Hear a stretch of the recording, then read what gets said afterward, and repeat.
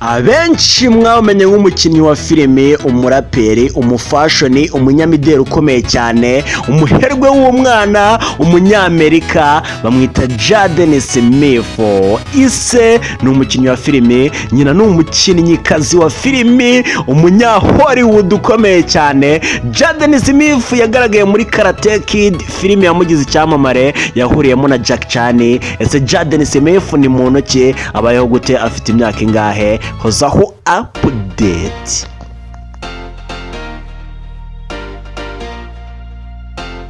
Yes, ladies and gentlemen, nongeye kubaha ikaze kuri Ozo TV mu biganiro byacu bya buri munsi. Niba utarakanda subscribe, kanda subscribe tuye tubana umunsi ku wundi. Bamwita Jaden Smith, amazina y'abanyakuri yiswe n'ababyeyi, bamwise Jaden Christopher Cyrus Smith.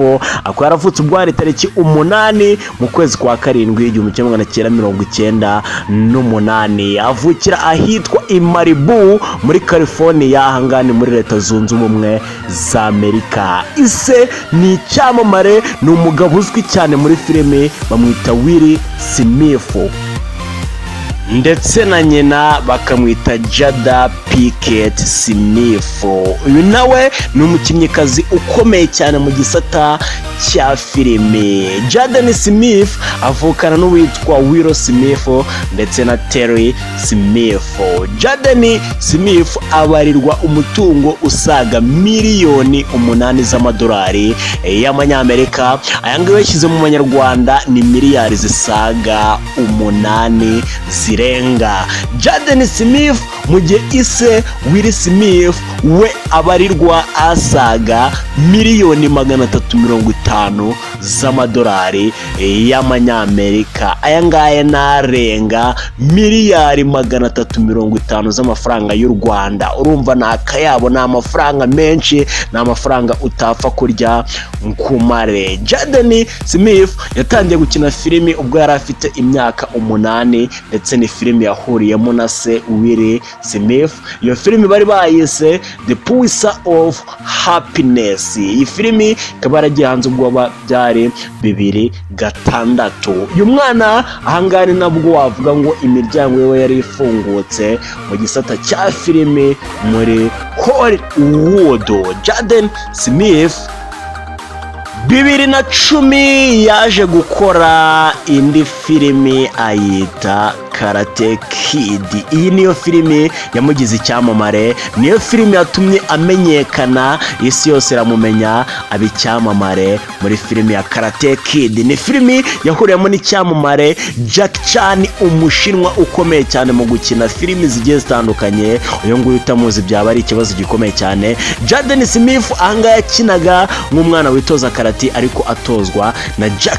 Ni filimi rero yasohotse ubwo hari tariki 11 mu kwezi kwa 6 2010. Akaba ari filime yagiye hanze hifashishijwe icyitwa Sony Pictures. Iyi ni company yakoze muri iyi filime, yabashije gushyira amashusho hanze y'iyi filime Karate Kid. Ni filime rero yinjije amafaranga menshi, akayabo k'amafaranga, aho iyi filime yinjije asaga miliyoni 359 z'amadolari. Uyashyize mu munyarwanda ni miliyari zisaga 359 zirenga mu mafaranga y'u Rwanda. Ni akayabo k'amafaranga, ni akavagari. Ni Karate Kid, ni filime Jac yahuriyemo na Jaden Smith. 2010 Jaden Smith ntabwo yatumaga abantu bahumeka, n'ubundi yasohoye indirimbo ari kumwe na Justin Bieber, umuhanzi wari ukunzwe cyane muri ibi bihe muri Leta Zunze Ubumwe za Amerika, bayita Never Say Never. Ni indirimbo rero yabashije kuba yaba iya 8 nk'indirimbo yari ikunzwe mu ndirimbo 100, icyo twita Billboard Hot 100 Song. Ni indirimbo rero yaje ku mwanya wa 8 mu ndirimbo zari zikunzwe 2010. Iyi ndirimbo yabashije no gutwara ibihembo bigiye bitandukanye byinshi, akavagari. Uyu muhungu yakuyemo k'amafaranga ni wayabara ibihembo iyi ndirimbo yabashije gutsindira, ndetse ndetse nabyo ni byinshi. 2014 rero Jaden Smith yaje gukora kuri album ayita Sire. 2016 aza no kuyishyira hanze, yaririho indirimbo zigiye zitandukanye, indirimbo zabaye hot, indirimbo zakunzwe zaririmbwe muri Amerika yose. Jaden Smith azwiho nk'umuntu ukunda kwirira imbuto mu buzima bwe bwa buri munsi busanzwe. Ahangaha noneho yaje kubica biracika ubwo yashingaga resitora itanga imbuto ndetse n'ibindi byo kurya bigiye bitandukanye ku miryango itifashije, ku miryango itabasha kwigurira ibijyanye n'ibyo kurya. Ahangaha rero resitora ye warazaga niba uri umukene akakugaburira ibyo kurya ugataha uhazi kandi ntumwishyure, mu gihe abandi bo babaga bishyuza. Jaden Smith we ntabwo yabashaga kwishyuza abakire bamuganaga cyane ko yagaburiraga abakene iyi resitora yiwe. Ni umwana rero watwaye ibihembo bigiye bitandukanye, ama award atandukanye, aho yatwaye nk'icyitwa Bet Award Best New Artist, yatwaye igihembo cy'umuhanzi mwiza mushyashya, aba Most Influential Teen in both 2014 ndetse na 2015, aho yatowe n'ikinyamakuru cya Magazine nk'umwinfluencer cyangwa se nk'umuntu wabashije gufasha abandi mu muziki mu bintu bigiye bitandukanye mu kubamotiva 2014 na 2015.